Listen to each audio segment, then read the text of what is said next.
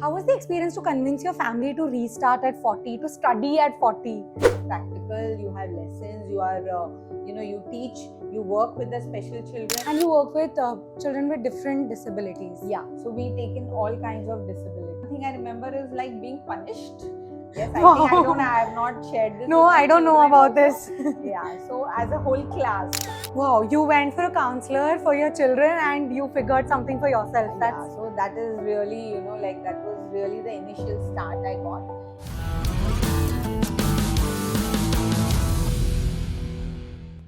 Hi, this is Drishti, and I'm super excited to launch my podcast, The Insider, where we dive into unconventional careers, navigate through people's real stories and journeys, help you get some career advice. Basically, all your career questions answered.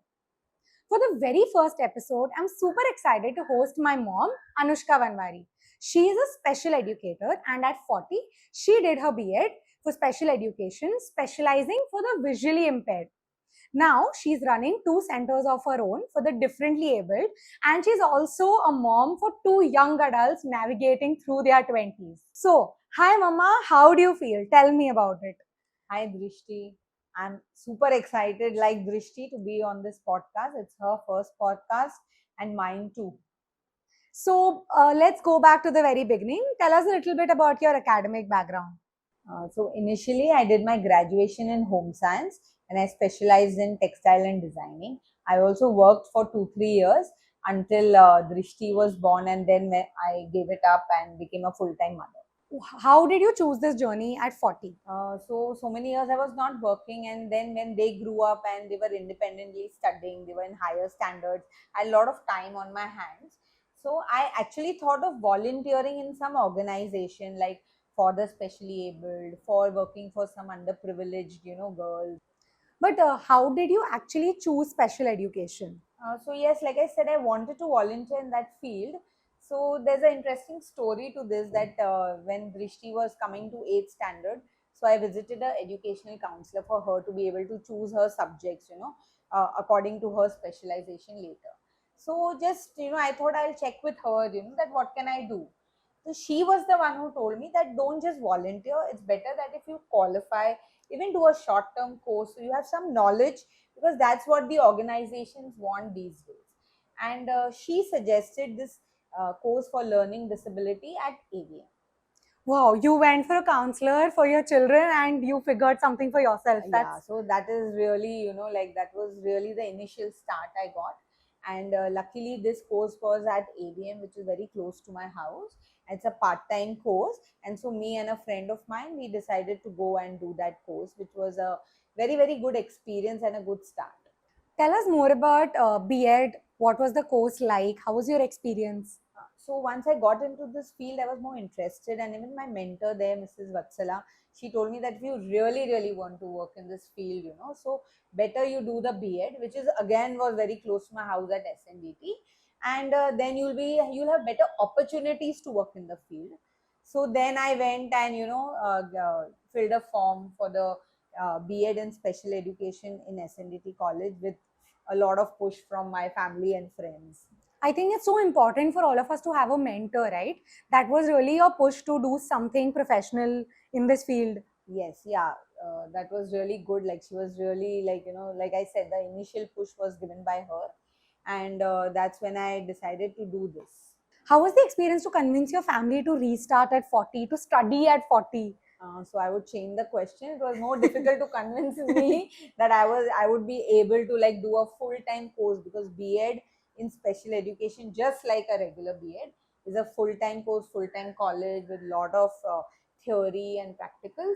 So I was not sure that after so many years whether I'll be able to study, whether I'll be able to, whether the house will be able to run without me, whether children will be able to manage on their own, and whether I'll be able to really do this grueling course as it is. But you did it, and here we are. Yes. So yes, that's yes. So a amazing. lot of support from family, from friends, push from them, from my husband, children, and my domestic help. So all of them stood together, and I was able to pursue this course and complete it with flying colors. I think this is for everyone to hear that it's never too late to start anything that you want to do, even if it's studying again. Yeah. So you just need to prepare yourself and be sure that you want to do it, and then everything falls into place. Let's talk more about the course. How was it like being in your class? What sort of people did you meet? Yes, so she's already told you that I went at the age of 40. So I had this that they'll be all youngsters who will be doing this course. But to my surprise, when I reached there, so there it's like a mixed group. So you have youngsters who are just out of like done their graduation. There are girls in 30s who are young mothers, Wow. and as well as I had a very close friend who became a close friend during the course. She became a grandmother during our BEd. So That is was like something. amazing. Yes. So very inspiring to see everybody there at different walks of life who decide to pursue anything.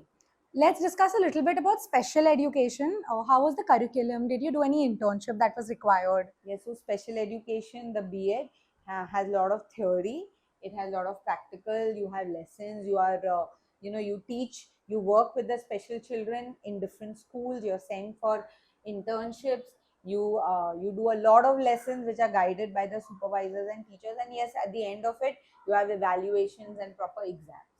And there was a lot of support from the staff and the professors. Yes, yes. Your teachers are very supportive. Your friends are very supportive. You work as a team because there are a lot of group projects, and BEd cannot be done alone on your own. You require help of teachers, family, as well as all the students in the classroom.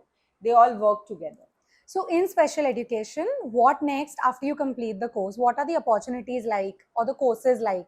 So, other than BEd, you can do a diploma because BEd is full time. It's a 2 year course.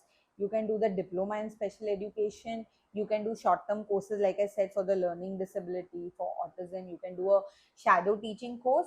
And yes, but you have to see that all these courses are RCI certified. So RCI, uh, we've not spoken about it, is a Rehabilitation Council of India. Okay. So under it, you have these courses.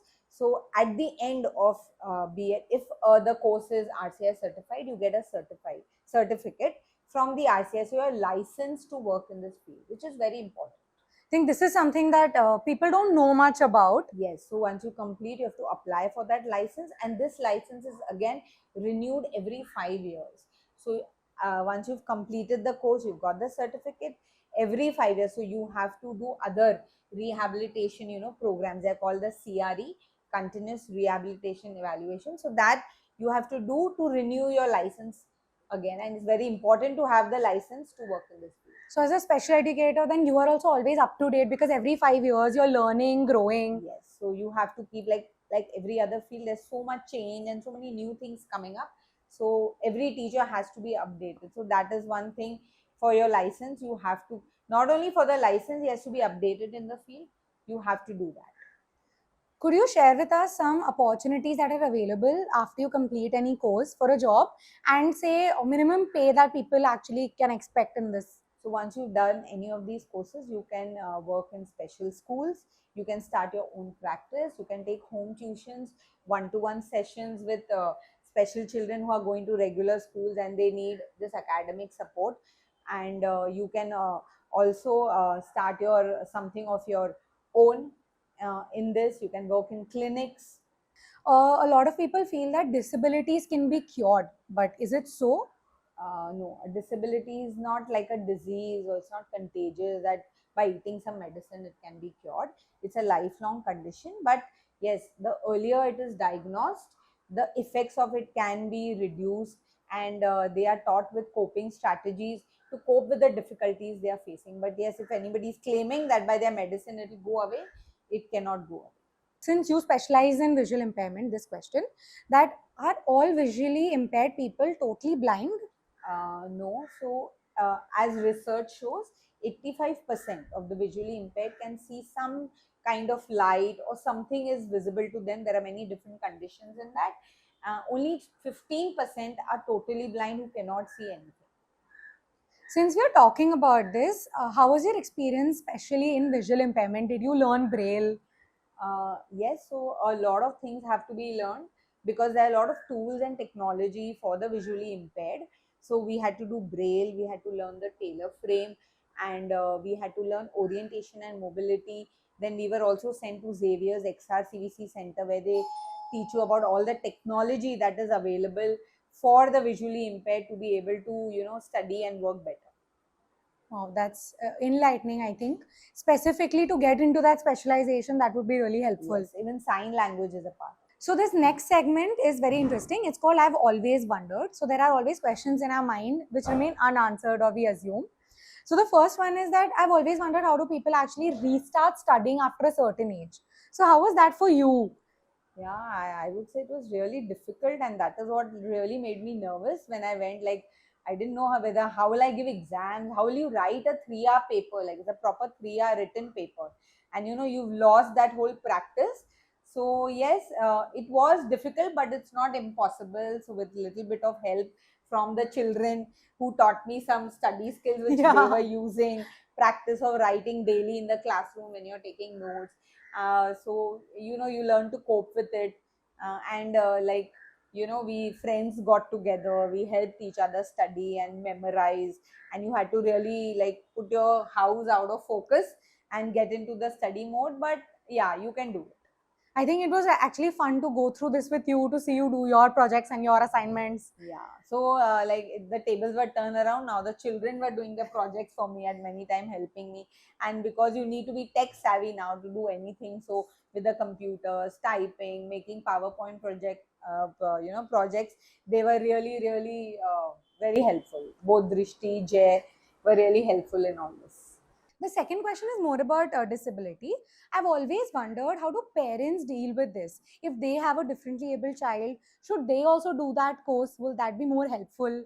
Yes, so many of the parents, you know, do this course, so it helps them understand, you know, better, instead of just assuming that this is happening or listening, so they can really qualify themselves. So it helps them to understand their child better, and plus they can also help in this field. So they can like do customize things for their children, understand, Yes, connect with they people. can teach them better, they can build up strategies for them, and they also understand what is happening in school, why things are being done, and how it will help their child to do better. So like ignorance is not bliss. I see that a lot of qualities like patience is important in this field. How has your experience been with that? Yes, I think you really need to have, and you learn to have, because you know, you're in this, you cannot see results immediately. When you're working with special children, the results will not be immediate. It's a very slow process. So even a small thing that is achieved by them, Small you know, wins. yes, gives you a lot of happiness and satisfaction. So so I think more than teaching them, we are learning from them, and it's a very like noble profession, and gives you a lot of satisfaction at the end of the day to see them, you know, achieve so much. I'm very excited about this next segment where we talk about some fun incidents or some anecdotes that you remember from your studying days or taking up this course. So one thing I remember is like being punished. Yes, I think I have not shared this No, with my I don't know children about also. this. Yeah, so as a whole class, so just because of one or two students had done something which was not agreeable with our professors, so our whole class was punished, and Wow. we were supposed to do the lessons, you know, without their guidance. Yes, but later on we went and apologized to them, and because lessons cannot be done without their guidance, so that was really a fun thing. I think that's something that I remember was when she was studying and her friends had come over for a sleepover to study, and I was like, wow. Imagine the children seeing that their mother and her friends are all, you know, sitting and memorizing, and they had also offered me a Red Bull to keep me awake. And my dad was like, this is not going to help. Why are you offering a Red Bull? And it didn't work. I still slept. Those were like some fun days to go through this together and A to lot see of you fun, grow yes. so much. Yes. So where did you work after your B.Ed and how's it going now?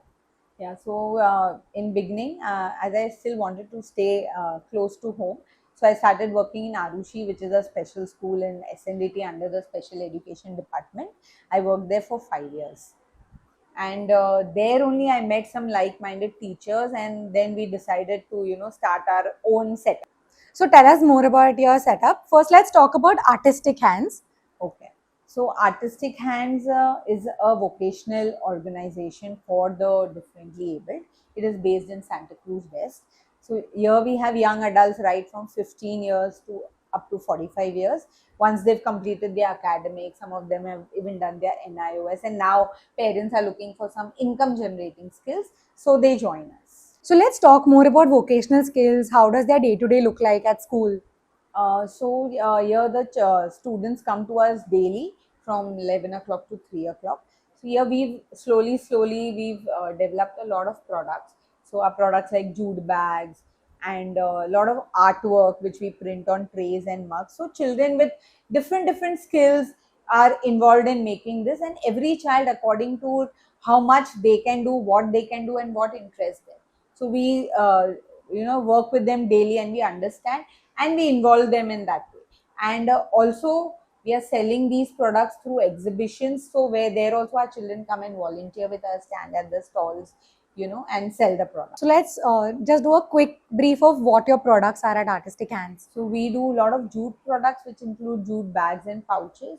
We do a lot of MDF trays and mugs which have our children's artwork. We do a lot of festival based products like Rakhi and Diwali. We do hamper packings, and we collaborate with different organizations, to do work for them, to take job work from them. I think one of my favorite is the children's artwork printed on designs. This is something that all of you will really like, and we should drop the link below for people to check out products, buy, and you can also come and work with our children at the center. Yes, so we have day to day also, we have a lot of volunteer students who come with us. Our parents volunteer with us during exhibitions when they are like 4 days exhibition. So we need somebody to be at the stall. So, parents, friends, family, all of us, they work together. So it's become a big family in the last 5 years. So I think anyone who wants to connect with you can do that and maybe Yes, get so you involved. can volunteer, you can donate, you can help us sell our products further. You can do a business development officer. We are doing this year, so you can join us and help us sell the products more, get orders for us, buy from us. We also want to know more about your other organization, Pranushi. So tell us more about that. What sort of work do you do there with the children? So Pranushi Foundation is a charitable trust which is now in Goregaon East, and that's a registered trust. It has a ATG and a 12A certificate. There we work more on academic skills before the children get into vocational. So the age group is right from 3 years to 18 years. Okay. So some of them are in regular schools who come to us for more support, academic support, and some of them cannot cope up in regular schools. They are in special schools, and there we take 1-to-1 sessions, 2:1 sessions, and it's more based on academic, on motor skills, fine motor skills at a younger age, whatever is required by them, and daily living skills. And you work with children with different disabilities. Yeah, so we take in all kinds of disabilities. Wow, so Pranushi sounds like a place where a child actually gets that holistic development that they require. Yes, right now we are just providing special education services, but yeah, in the future we want to associate with physiotherapists, occupational therapists, with speech therapists, because our children need help in all the areas. So once we get that, yes, it will be a full-time holistic development program over there. So in special education, you actually require so many things to be looked after for a child to grow. Thank you. I think it's been great to know your journey and to know about what you're doing as a special educator, and inspiring for so many people out there to know more about this field, because I feel it's so unexplored till now. Yeah, it's a very like people know about it, but you don't know what is there in that, what you can do more. So I hope this conversation with Drishti has helped you and answered some questions of yours.